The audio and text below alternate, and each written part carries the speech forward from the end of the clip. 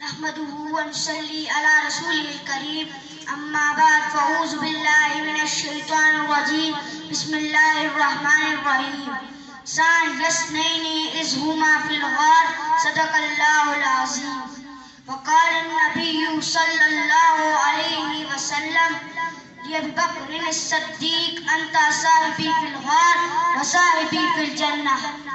ابھی میں طفل مکتب ہوں مگر بول بڑے بول رہا ہوں. ابھی میں طفل مکتب ہوں مگر بول بڑے بول رہا ہوں. خلیفہ بلا فصل کی عظمت پہ زبان اپنی کھول رہا ہوں. حمد و صلات کے بعد معزز جج صاحبان اور عزیزان ملت، السلام علیکم ورحمۃ اللہ وبرکاتہ.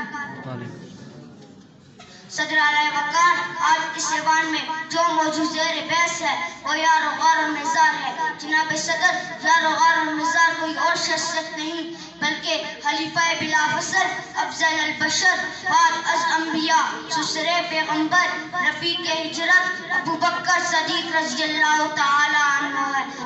جناب صدر، وہ یار و غار و مزار جو سب سے پہلے مومن کہلائے، جنہوں نے سب سے پہلے نبوت کی تصدیق کی، جنہوں نے سب سے پہلے معراج کی تصدیق کی، جنہوں نے بلال حبشی رضی اللہ تعالیٰ عنہ کو آزاد کروایا، جنہوں نے آقا صلی اللہ علیہ وسلم کو اپنے کندھوں پہ اٹھایا، جو نبی صلی اللہ علیہ وسلم سے پہلے غار میں داخل ہوئے، جنہوں نے غار کو صاف کیا اور اپنی چادر پھاڑ کر غار کی سوراخوں کو بند کر دیا، جنہوں نے سانپ کے ڈسنے کو برداشت کر لیا اور آقا صلی اللہ علیہ وسلم کو نہیں جگایا، جن کی ایڑی پہ آقا صلی اللہ علیہ وسلم نے اپنا لقب لگایا، جن کے بارے میں حضور صلی اللہ علیہ وسلم نے فرمایا، میں سب کے حسنات کا بدلہ دنیا میں دے چکا ہوں، لیکن ابو بکر کے حسنات کا بدلہ قیامت کے دن تو اللہ دے گا.